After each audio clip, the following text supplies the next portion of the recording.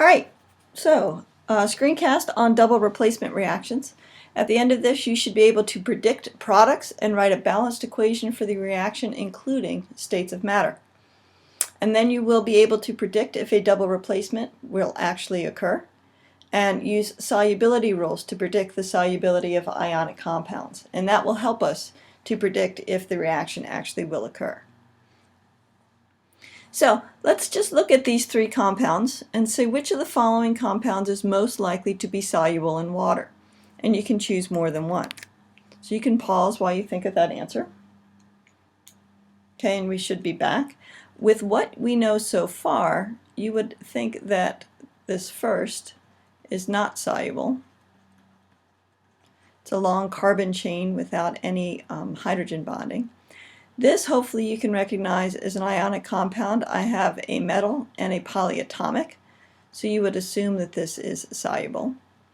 And then for the same reasoning, your first choice here probably was that it was soluble. It is not. Okay. So before, because we were just learning about compounds, we used to say that most, hopefully I always said most ionic compounds are soluble. But some of them are not. How do we know? Well, okay. Oops. We need to use solubility rules to predict them. Now, these are not something that you have to memorize. You'll be given a table. And looking up these on a table will be, or should be enough for you to determine whether something is soluble or not. So let's take a look at the solubility rules and the table. There are really two tables that make up the solubility rules. The first one is ions that are soluble almost all of the time, and actually some of them are. So most of the time, all of these ions, or polyatomic ions, are soluble. There are exceptions for when they are soluble. Not for all of them, okay, but for some there are exceptions. So when we see a group 1 metal bonded ionically with something else, that will always be soluble. Same thing when we see ammonium bonded with an anion. It will always be soluble. The tricky part comes when we have something like chlorine. If chlorine is bonded with silver, it is not soluble. It will be a solid in solution, and we will make a precipitate. Okay. The second table, insoluble ions. These are the ions that are mostly insoluble. So most of the time when you see these will make an insoluble product, meaning they will form a precipitate in a solution. But we do have exceptions. If you notice, all of the exceptions are group 1 metals and ammonium. Because all of these, those are the only cations up there. Whenever we see those, we knew that they were soluble.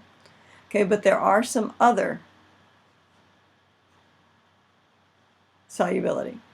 We're going to assume that when we see this, okay, like calcium bonded with hydroxide, calcium hydroxide, that we will get a precipitate. I know it says moderately soluble.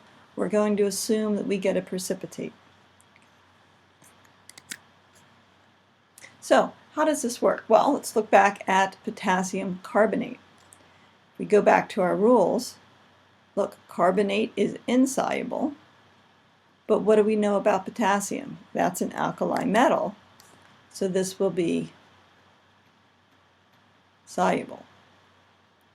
Magnesium carbonate. Carbonate is insoluble, okay, except when it's with ammonium or a group 1 metal. Well, magnesium is a group 2 metal, so it doesn't fit one of the exceptions for carbonate, so magnesium carbonate is insoluble.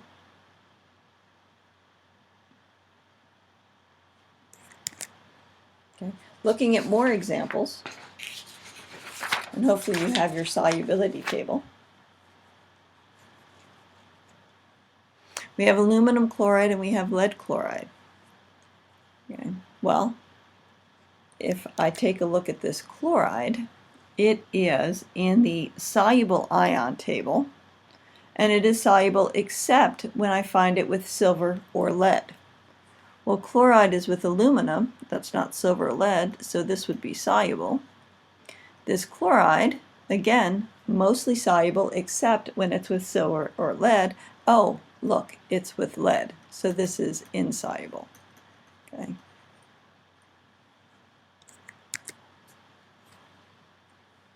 These are the first problem in your class prep on worksheet 3. So I will let you find those answers on the worksheet, and the answer key should be posted. Let's move on to double replacement reactions. Right.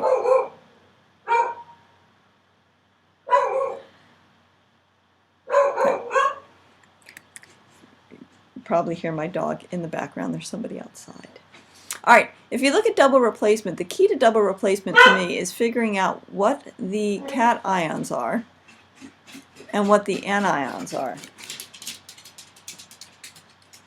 Okay, polyatomics. And if you notice, what do these guys do? Well, they switch places. Potassium was with chlorine in the reactant side. Now potassium is with the, I'm going to change colors, with the nitrate. Silver is now with the chlorine. So we've switched partners. Okay, and you can see that same example on the other two. Okay. Sulfate, now sulfate is with barium, used to be with sodium, and the barium, and the sodium is now with the chlorine. So what's the general form of this reaction? A plus B plus CD goes to AD and CB. Okay, the anions and the cations switch partners. One important thing to note, water. Water is sometimes easier to view if you write it as HOH. So you can see kind of the hydroxide that makes up water, and then the H, the hydrogen ion. Why do reactions occur? Well, they occur if we make an insoluble product, okay, using the solubility rules to determine whether we do that or not. We get a precipitate. We make water, okay, or a liquid. Most often in the systems we'll be studying, if we make a liquid, it will be water, or if we make a gas. There are certain things that you have to know that if you get as a product after you've switched partners, that these things will decompose further.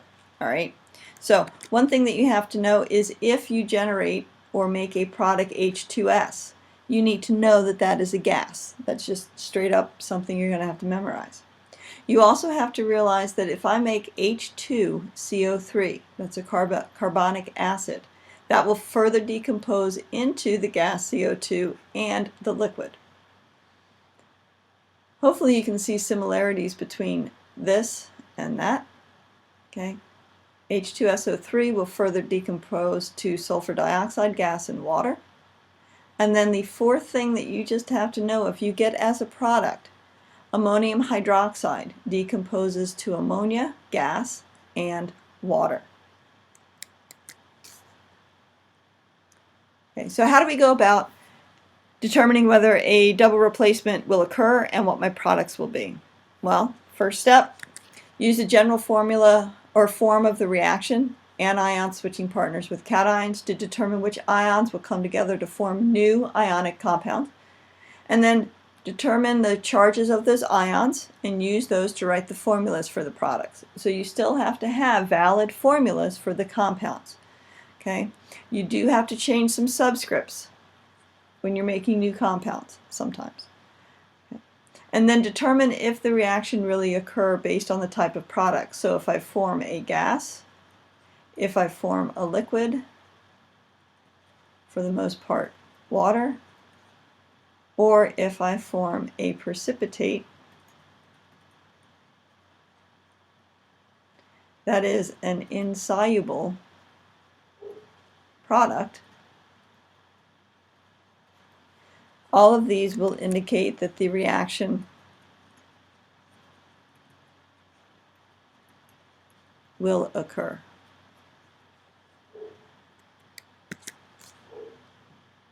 Okay, so let's run through a couple of examples. I have lead nitrate and potassium iodide. And this is where you can pause, okay? Determine what products that we will make.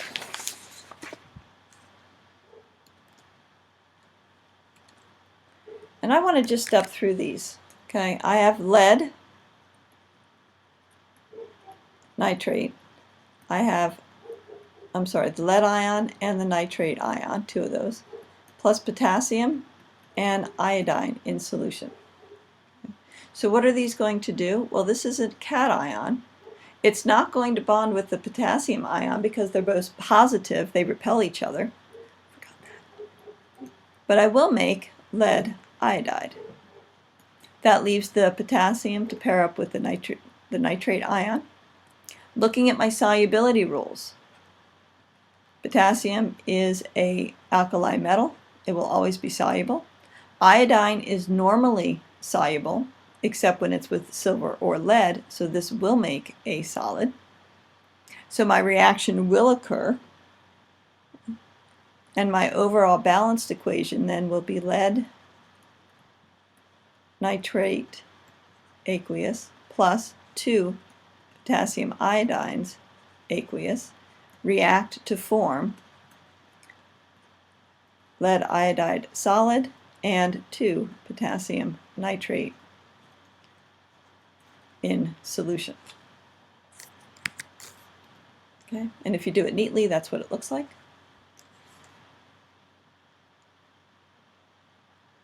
Okay, looking at another. I've got my cobalt is my cation, my nitrate is my anion, potassium is my cation, and the iodine is my anion. So looking at how these would switch partners, cobalt 2 will go with the iodine, and the potassium will go with the nitrate. Again, alkali metal, always soluble. Iodine is soluble except when it's with lead or silver. Well, it's not with lead or silver, so this would remain in solution because it is soluble. Nitrates are always soluble. Potassium iodine, again, potassium, alkali metal, always soluble. So this will actually not react. I will have no reaction because I didn't make a solid, I didn't make a liquid or water, and there was no gas produced. Okay.